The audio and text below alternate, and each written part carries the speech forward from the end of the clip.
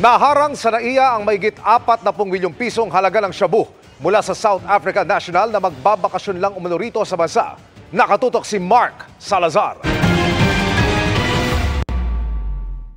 Sa hidden compartment ng bagahe ng South African National, nadiskubre ang isiniksik na mahigit 6 na kilo ng methamphetamine noong Sabado ng gabi sa Customs International Arrival Area sa NAIA Terminal 3. Ang droga, nagkakahalaga ng 42 million pesos sa standard street value. Depensa ng suspect, hindi niya raw alam na may illegal na droga sa kanyang bagahe. I purchased the bag from a shop. I didn't know there was anything in the bag. Purchased it from a shop in South Africa. If it's 6 kilogram heavier, for sure you will notice. You wouldn't notice I'm a big man. Yeah. I did not notice. And obviously I wasn't picking it up. I was just...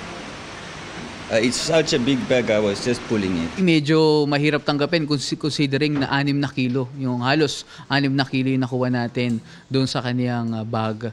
So, if ang isang bag, pansinin nyo naman, walang laman, imposible naman umabot ng lagpas 6 na kilo yun. Plus yung kasing, yung 6 kilos plus yung weight pa ng bag. So doon pa lang medyo maghihinala ka na. May tourist visa raw ang suspect pero hindi niya mapatunayan kung anong tunay niyang pakay dito. Turista siya.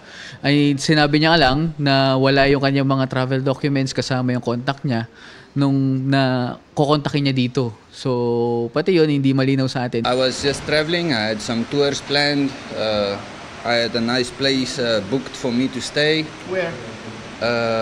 Close to the ocean. I don't know the exact place. I have papers on the exact place. Pero sa mga ginawang koordinasyon para sa investigasyon, walang lumalabas na criminal background ang suspect. Finailan namin siya ng kasong paglabag sa RA 9165 Section 4 in which importation ng dangerous drugs. Itong kasong to is actually may penalty na pagkabilanggo habang buhay sa atin regardless of the quantity, quality, and purity. Para sa GMA Integrated News, Mark Salazar.